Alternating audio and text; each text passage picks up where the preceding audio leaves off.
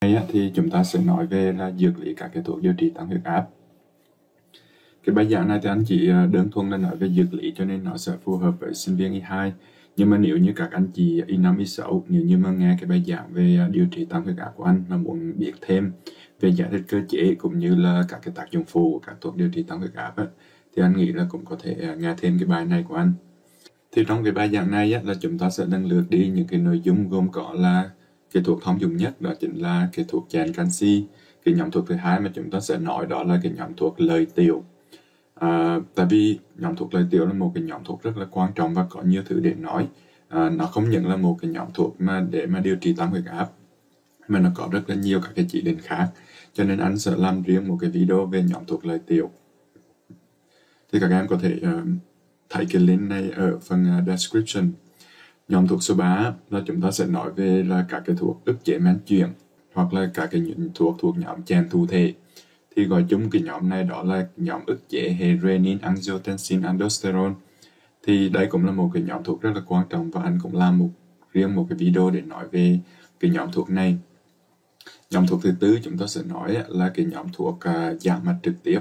Nhóm thuốc số 5 chúng ta sẽ nói về các cái nhóm thuốc mà nó can thiệp lên hệ thần kinh trung ương. Như vậy chúng ta có 5 nhóm thuốc để mà điều trị tăng huyết áp, nhưng mà trong cái video ngày hôm nay chúng ta chỉ nói tới 3 nhóm thôi, đó là chèn canxi, nhóm giảm mạch trực tiếp và nhóm can thiệp lên hệ thần kinh trung ương, cụ thể là hệ thần kinh giao cảm. Và trong những cái nhóm thuốc này thì 3 cái nhóm thuốc đầu tay là gồm có chèn canxi, nhóm lợi tiểu và cái nhóm mà ức chế men chuyển và chèn thụ thể thì họ xếp vào đây là cái nhóm thuốc đầu tay trong điều trị các cái trường hợp tăng huyết áp.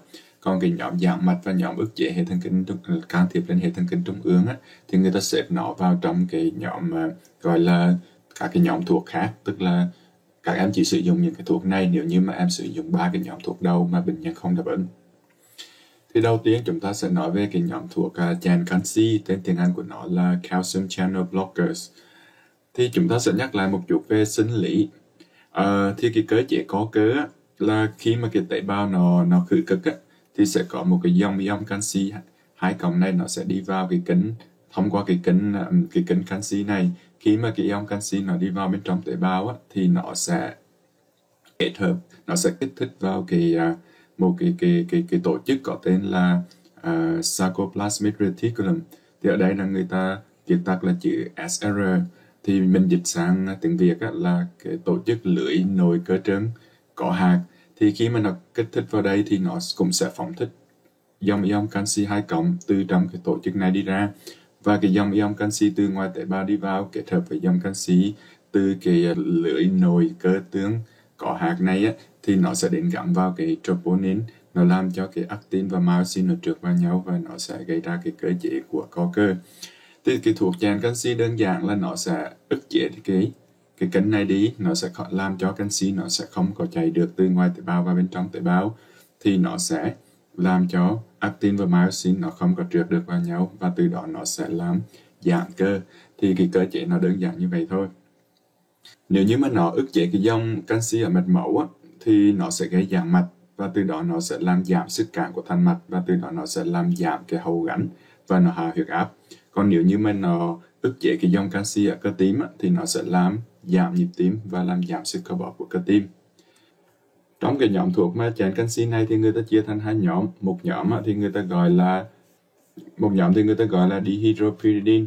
Thì trong cái nhóm thuốc này thì gồm những cái thuốc mà nó có gốc tận cùng là cái chữ dipin. Thì mình có hai thuốc chính đó là amlodipine và nifedipine. Cơ chế hoạt động chính của cái nhóm dihydropyridine này thì nó sẽ tác dụng chủ yếu là lên thành mạch máu, nó sẽ gây giãn mạch, cho nên cái nhóm thuốc này được ứng dụng nhiều trong điều trị tăng huyết áp. Thì trong hai thuốc này thì nifedipine thì họ gọi là chèn canxi thể hệ 1, còn amlodipine thì gọi là chèn canxi thể hệ 2. Nifedipine thì thời gian tác dụng của nó rất là ngắn, còn amlodipine thì cái thời gian bán thải của nó rất là dài, có thể lên tới là từ 30 cho tới 40 giờ. Cái nhóm thứ hai gọi là cái nhóm non dihydropyridine.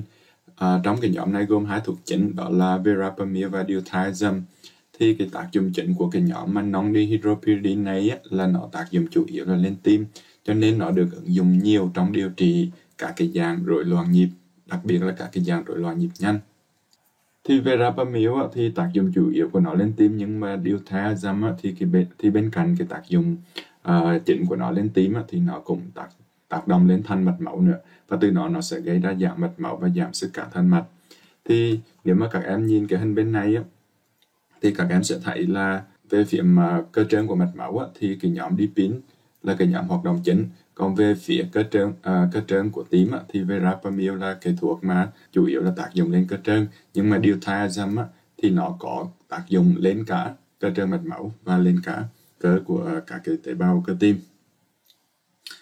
Về tác dụng phụ thì một trong những cái tác dụng phụ của nhóm non-dihydropyridine là nó có thể gây ra cái hiện tượng gọi là tăng sản lợi, tiếng Anh gọi là gingival hyperplasia.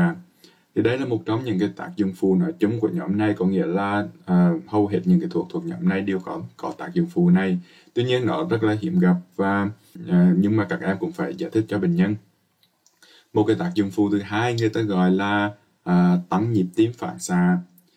Thì cái này là chủ yếu người ta đề cập trong cái nhóm mà nó tác dụng lên thành mạch máu, tức là cái nhóm dihydropyridine, tức là nifedipine và amlodipine.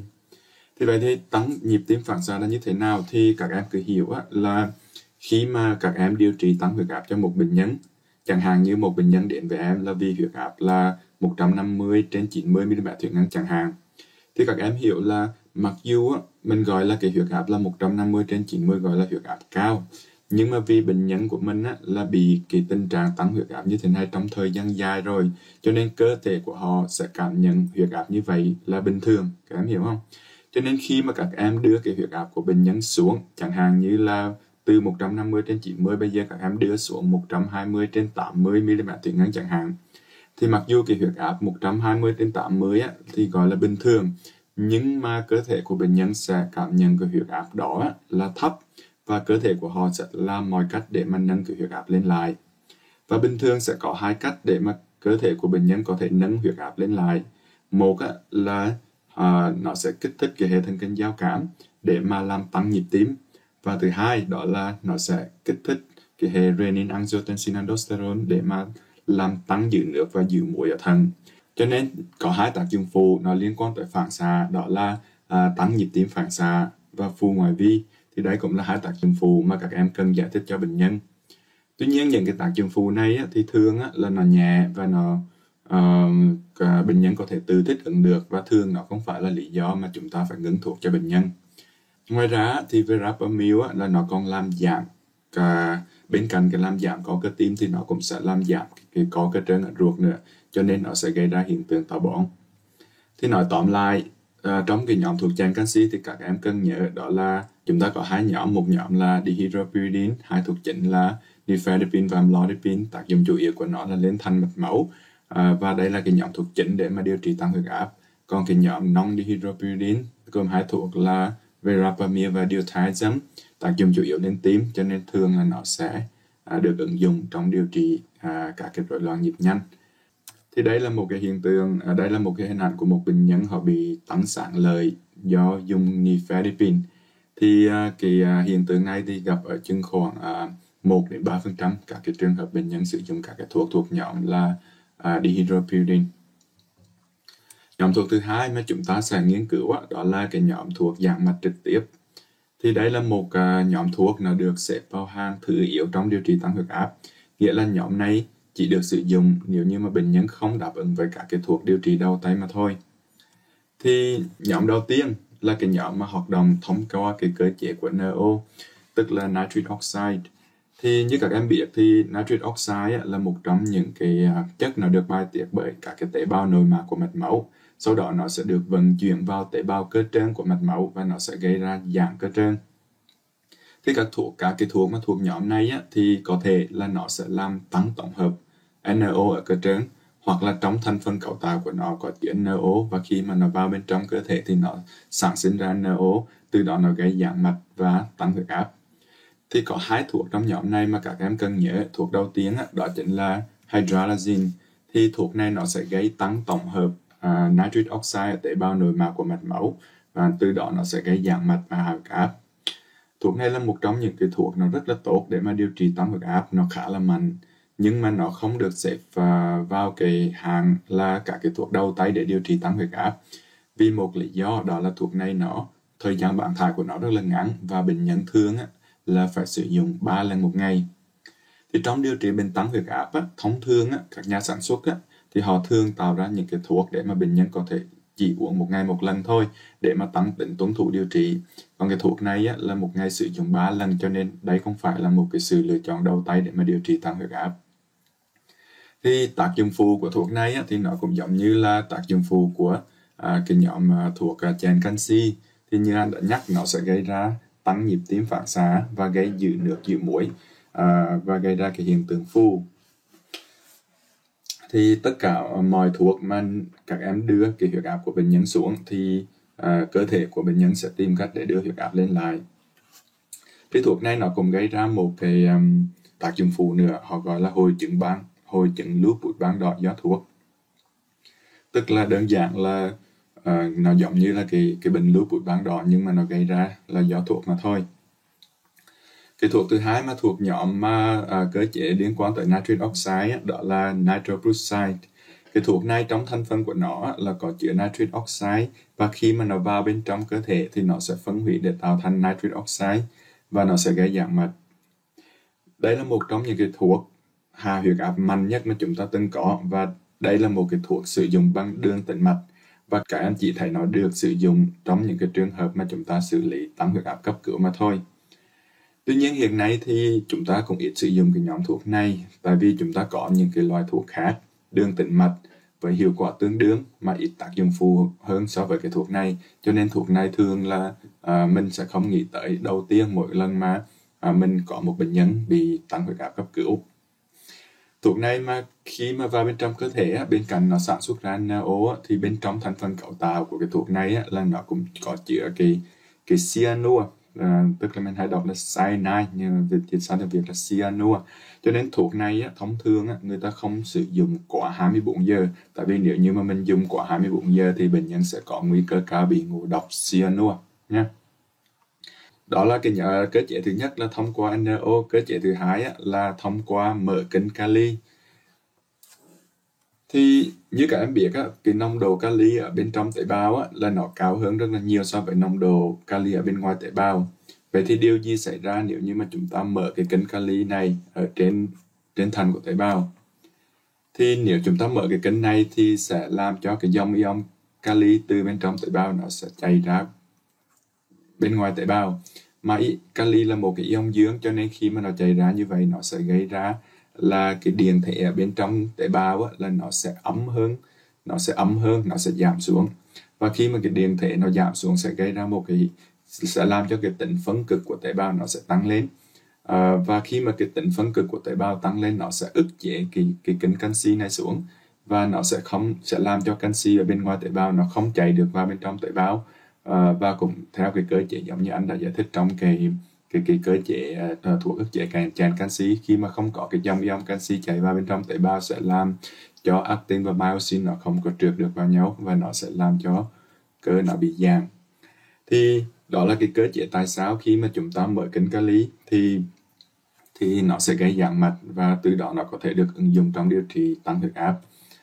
Thì trong cái nhóm thuốc mà làm mở kính kali này thì chúng ta có hai cái nhóm thuốc rất hiếm được sử dụng trên lâm sàng, đó là minoxidil và diazoxide. Minoxidil thì thường là người ta bào chế dưới dạng bôi để mà điều trị cái bệnh hói đầu, tại vì cái thuốc này là nó sẽ kích thích mọc tóc. Còn diazoxide thì thuốc này thường được sử dụng trong điều trị u tăng tiết insulin. Thì lý do tại sao diazoxide nó được ứng dụng trong điều trị u tăng tiết insulin thì cơ chế nó cũng giống y chang như là cái cơ chế của giãn mạch. Thì cái kính kali thì nó cũng nằm trên bên cạnh cái tế bào của mạch máu cơ trơn, thì nó cũng nằm trên tế bào beta của đạo tùy nữa. Thì cơ chế tiết tế bào của beta đạo tùy thì nó cũng hao giống như là cái cơ chế của có cơ, tức là phải có cái dòng ion canxi 2+, nó sẽ làm cho cả cái túi insulin này nó sẽ được hòa mang và nó sẽ tiết insulin ra bên ngoài. Và khi mà chúng ta mở cái kênh kali ra thì kali nó từ trong tế bào nó sẽ chạy ra ngoài bên ngoài tế bào, làm cho tế bào nó tăng tính phân cực thì nó sẽ ức chế cái dòng ion canxi này đi, và nó sẽ làm cho insulin không được tiết ra bên ngoài. Cho nên diazoxide là được ứng dụng trong điều trị ưu tăng tiết insulin lần kỳ như vậy.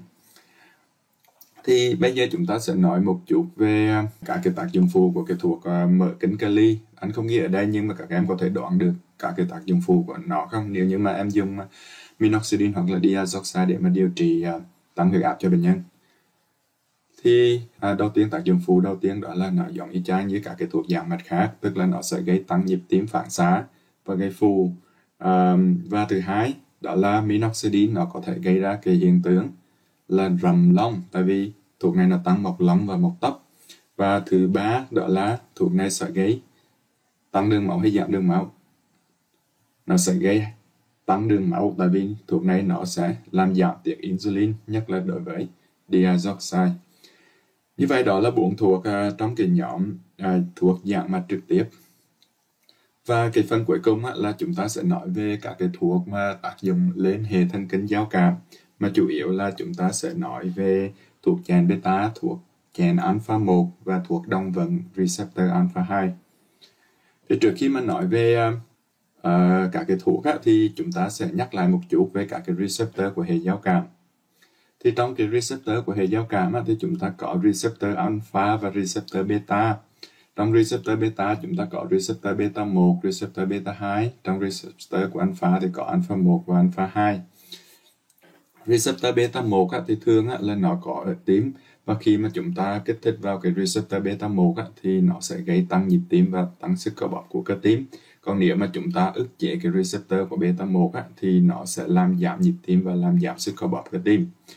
Receptor beta 2 thông thường là nó ở cái hệ thống cơ trơn của mạch máu.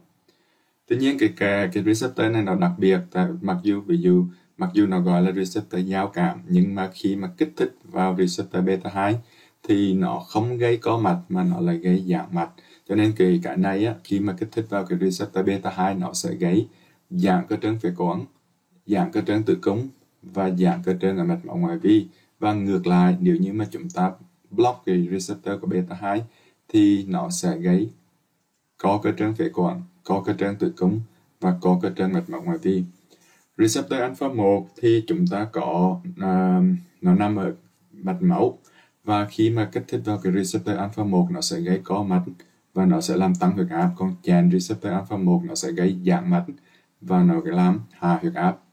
Receptor alpha 2 thì đây là một cái receptor tiền synapse. Khi mà chúng ta kích thích vào cái receptor alpha 2 nó sẽ giống như là một cái quá trình feedback ngược, nó sẽ làm giảm tiết norepinephrine, giảm xung động giao cảm. Thì trong thuốc điều trị tăng huyết áp là chúng ta sẽ đề cập tới 3 nhóm thuốc. Thứ nhất đó là chúng ta sẽ nói về cái nhóm thuốc là ức chế beta 1, nó sẽ làm giảm nhịp tim và làm giảm sức co bóp của cơ tim. Nhóm thứ hai đó là nhóm chèn alpha 1, nó sẽ làm giãn mạch và làm hạ huyết áp. Và nhóm thứ ba đó là nhóm đồng vận alpha 2, nó sẽ kích thích vào cái receptor alpha 2 lên, nó sẽ làm giảm xung động của hệ thần kinh giao cảm và từ đó nó làm hạ huyết áp. Mặc dù về bản chất là nếu như mà chúng ta kích thích vào cái receptor beta 2 thì nó cũng sẽ gây giãn mạch và nó gây hạ huyết áp, nhưng mà trên thực tế lâm sàng hầu như chúng ta không có thuốc nào nó chỉ đơn thuần là kích thích vào cái receptor beta 2 hết, cho nên chúng ta không có thuốc điều trị tăng huyết áp nó liên quan tới receptor của beta 2. Bây giờ chúng ta sẽ nói về cái thuốc chèn beta 1. Thuốc chèn beta 1 trên lâm sàng người ta thường hay gọi chúng đó là beta blockers, người ta gọi là chèn beta vậy thôi. Nhưng mà thương hiệu lâm sàng chúng ta thường hay hiểu đó là thuốc chèn beta 1. Và chúng ta có một số các cái thuốc quan trọng mà các em thường hay sử dụng trên lâm sàng, đó là atenolol, metoprolol, carvedilol, propranolol. Thì một điều mà anh cần các em nắm liên quan đến cái thuốc chèn beta 1 đó là người ta gọi là cái tính chọn lọc lên tim của thuốc chèn beta. Tiếng Anh gọi là cardio selective. Hay nói đơn giản đó là cái tính chọn lọc receptor beta 1, tại vì receptor beta 1 là nó có mặt ở trên tim.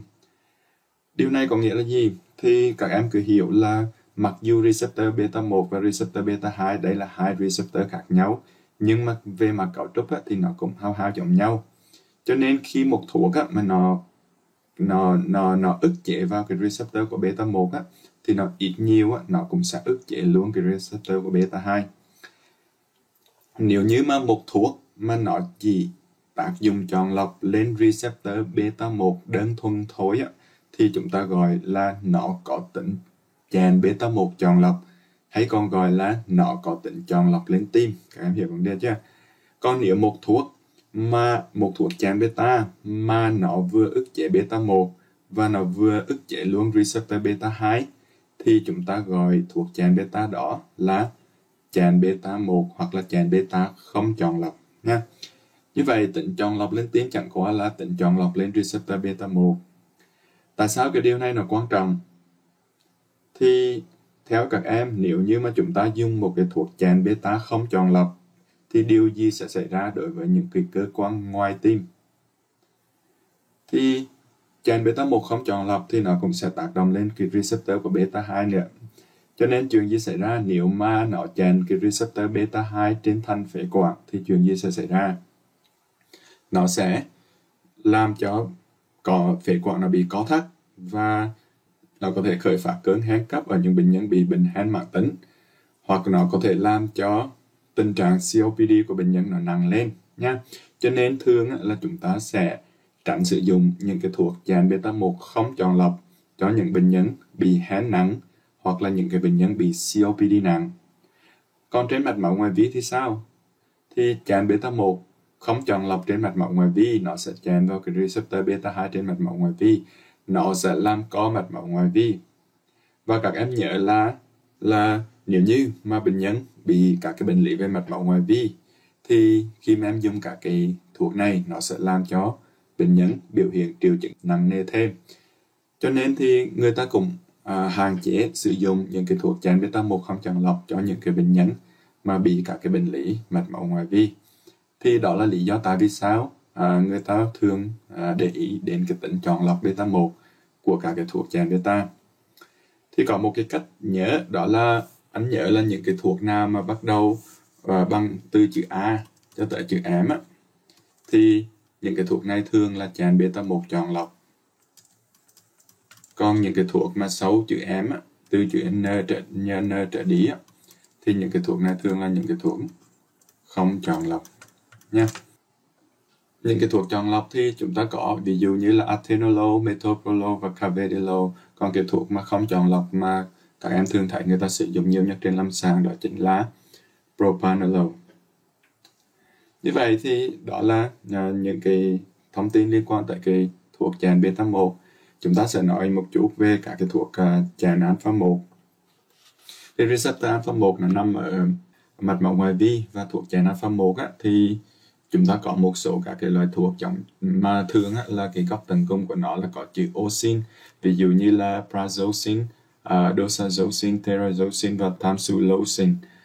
Thì ở trước thì cái hình này anh có nhưng mà anh quên, anh chưa nói cho các em biết, đó là cái receptor alpha 1 bên cạnh nó nằm ở mạch máu thì nó cũng nằm ở cơ thắt niệu đạo, trên cơ thắt niệu đạo.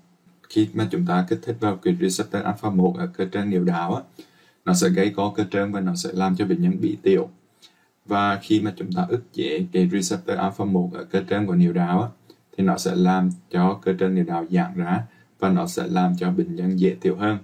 Cho nên các cái thuốc chèn alpha 1 này thì nó cũng được ứng dụng để mà điều trị trong cái bệnh lý là u xơ tiền liệt tuyến.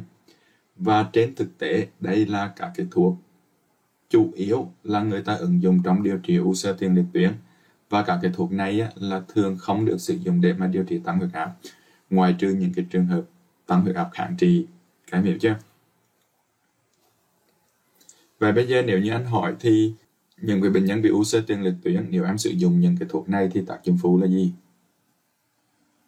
Thì anh hy vọng các em trả lời cho anh đó là bệnh nhân sẽ bị tụt huyết áp, nhất là hạ huyết áp tư thế. tại vì nó gây giãn mạch nha. Và thông thường những cái người mà họ bị u xơ tiền liệt tuyến á, thì thường là những cái người lớn tuổi, và tụt huyết áp ở những người lớn tuổi thì rất nguy hiểm, cho nên các em phải cẩn thận và dặn bệnh nhân là mỗi khi mà uống những cái thuốc này thì khi mà thay đổi tư thế á, thì phải thay đổi tư thế từ từ, không thôi sẽ bị chóng mặt.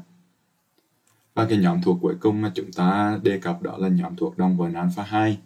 Thì cái receptor của alpha 2 nó nằm ở tiền synapse, và khi mà chúng ta đồng vần vào cái receptor alpha 2, nó sẽ làm giảm cái dòng xung động của hệ giao cảm. Và chúng ta có hai thuốc thuộc nhóm này thường được ứng dụng trong điều trị tăng huyết áp, đó là clonidine và methadone, nhưng mà thường nó rất là ít sử dụng, ngoài trừ những cái trường hợp tăng huyết áp kháng trị. Methadone thì nó cũng thường được sử dụng để mà điều trị tăng huyết áp cho những phụ nữ mang thai, tại vì cái thuốc này nó không qua được hàng rào nhau thai.